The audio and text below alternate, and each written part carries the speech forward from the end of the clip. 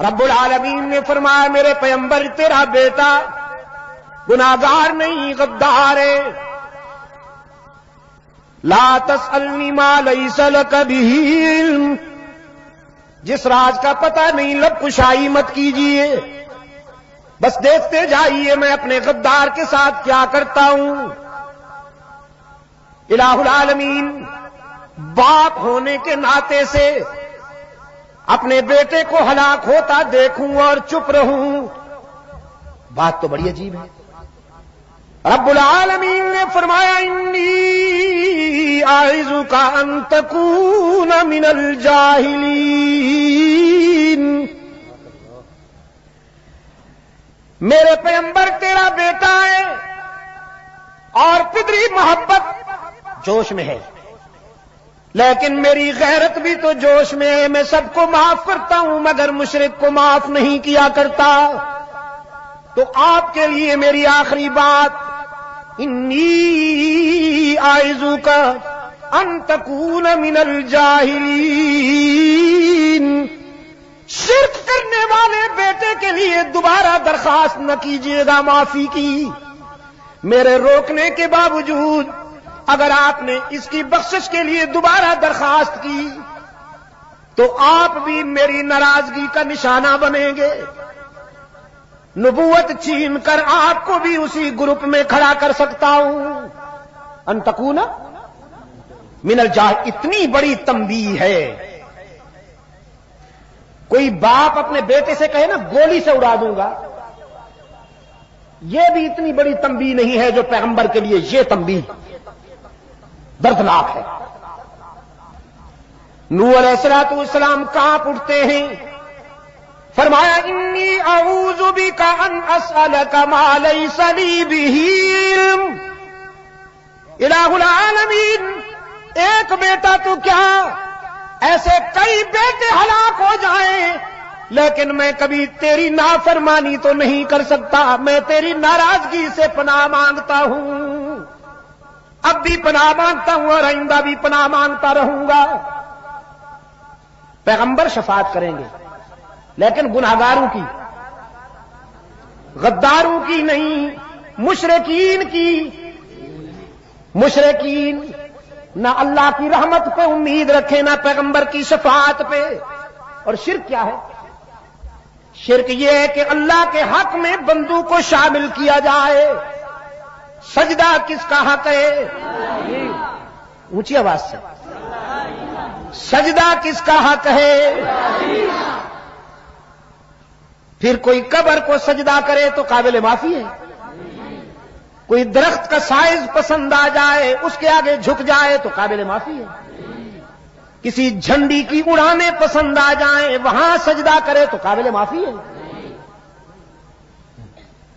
کوئی بڑی توند والا گدی نشین پسند آ جائے وہاں جھکنے لگے قابل معافی ہے. سجدہ کس کا حق ہے؟ اللہ ہی کا. قیام کس کا حق ہے؟ اللہ ہی کا. قیام بھی کس کا حق ہے؟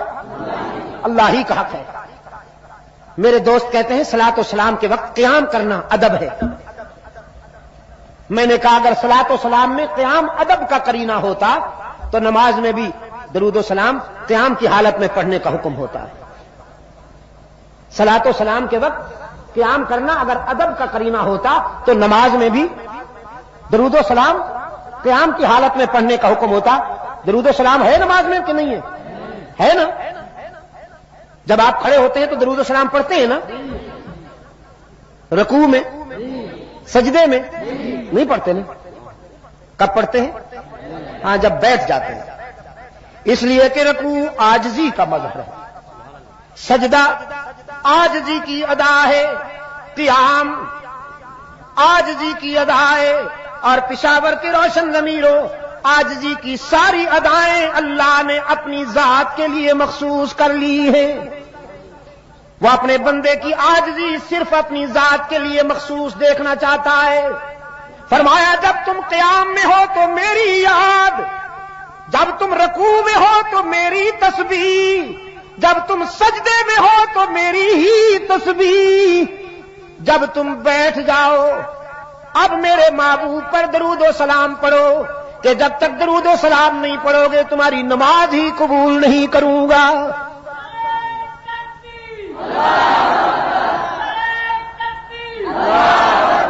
درود و سلام تو ضروری ہے لیکن قیام کی حالت میں یا قعود کی حالت میں.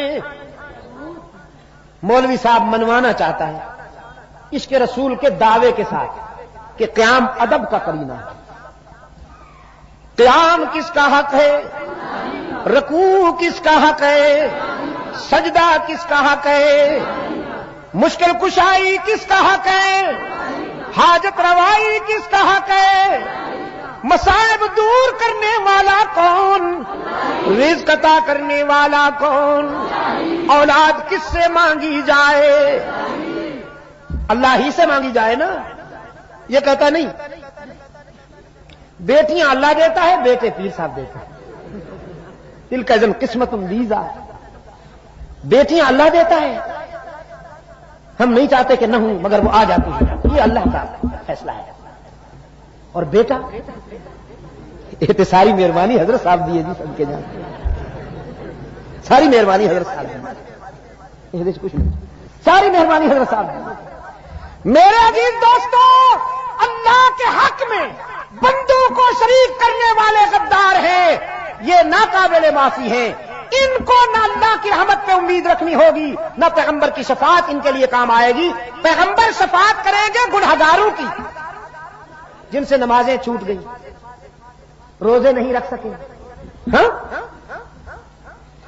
زکات صدقات میں خطا ہو گئی لیکن زکات دینے میں خطا ہو گئی. اور یہ جو لے رہے ہیں سود کا مال زکات کے نام پر ان کا اللہ ہی حافظ ہوگا. سود کے نام پر جو زکات کی سٹمپ لگا دی گئی اور مولوی صاحب شیر مادر سمجھ کر اسے ہضم کر رہے ہیں. شاید سمجھے بیٹھے ہوں کہ اللہ معاف کر دے گا. ہماری کھوپڑی میں ہی سمجھ میں نہیں آتی بات. دامن یار خدا ڈھانپ لے پردہ تیرا. میں نے پبلک میں ایسے لوگ دیکھے کامن مین دیکھے ایسے. اپنے مشاہدے کی بات کر رہا ہوں. بہت مفلس بہت نادار بہت ہی پریشان حال. لیکن میں ایسے سینکڑوں افراد کو جانتا ہوں کہ وہ یہ زکات نہیں لینا پسند کرتے. وہ کہتے ہیں کہ یہ ہم جانتے ہیں کہ یہ کیا ہے لیکن عصر حاضر کے مولوی کا ہاضمہ تو دیکھیے. لکڑ ہضم پتھر ہضم. لکڑ ہضم پتھر ہضم. لاؤ صحیح مال چاہے کیسا ہی کیوں نہ ہو ہضم ہم کر کے دکھائیں گے. خطائیں معاف ہوں گی. خطائیں یہ جو جان بوجھ کر اللہ کے حکم کی تحریف کی جا رہی ہے اللہ کے حکم کا مذاق اڑایا جا رہا ہے ارکان اسلام کا حلیہ بدلا جا رہا ہے اس کے لیے سوچ لیجئے. اللہ ہمارے حال پر رحم فرمائے.